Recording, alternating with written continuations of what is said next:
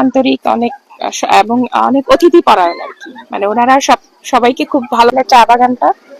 আর হচ্ছে বেসিক্যালি মানে এত বছর পর আসার উদ্দেশ্য এটাই, যে চা বাগান একটু ভিজিট করব, কারণ হচ্ছে ছবি তুলবো সেজন্য। সিলেটে এটা তো বলা হয় আসলে এভরি শেডস অফ গ্রিন বলা হয় সিলেট সিটিকে।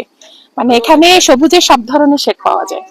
আর সবচেয়ে বড় কথা হলো যে সিলেটের চা বাগান তো পুরা বিশ্ববিখ্যাত। এখানে চা বাগানের একটা অন্যরকম ঐতিহ্য আছে, সবাই এটাকে খুব অন্যরকম ভাবে দেখে।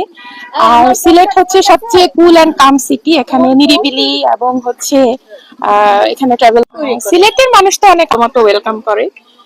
আর হচ্ছে আমি 11 বছর পর সিলেটে আসলাম, 11 বছর আগে আসা হয়েছিল। এখন হচ্ছে আমাদের হচ্ছে একটা কনফারেন্স চলছে শ্যামলী থেকে, আমরা ঢাকা ক্লাব থেকে খেলা হচ্ছে তো, ক্রিকেট খেলা, ওই খেলার অনারে আসছে। সিলেটে তো সবাই ঘুরতে আসে, সিলেট তো একটা সুন্দর শহর, তারপর হচ্ছে মাজার আছে, এই জন্য সবাই একটু আসে। 2 বছর আগে আসছে, আর না হবিগঞ্জে আসছিলাম, আর 2 বছর আগে একবার আসছিলাম, 3 বছর আগে প্যালেসে ছিলাম, গ্র্যান্ড সুলতানে ছিলাম। আগে হবে কিনা জানি না, কালকে আমরা চলে যাবো, কালকে হয়তো যাবো আমরা। ঢাকা ক্লাব জিতছে আর সিলেট হারছে, এখনো ঘুরি নাই,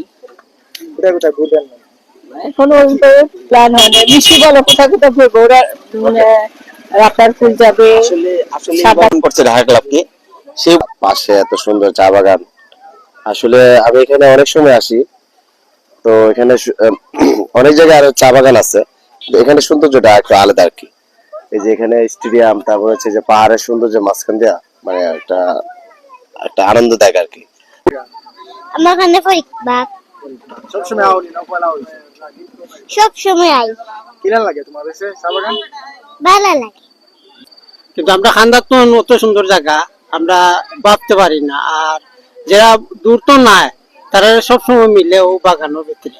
কিন্তু আমরা সিলেটি মানুষ খান্দা তাই না, তারা বেশি অংশে দূরই যায়,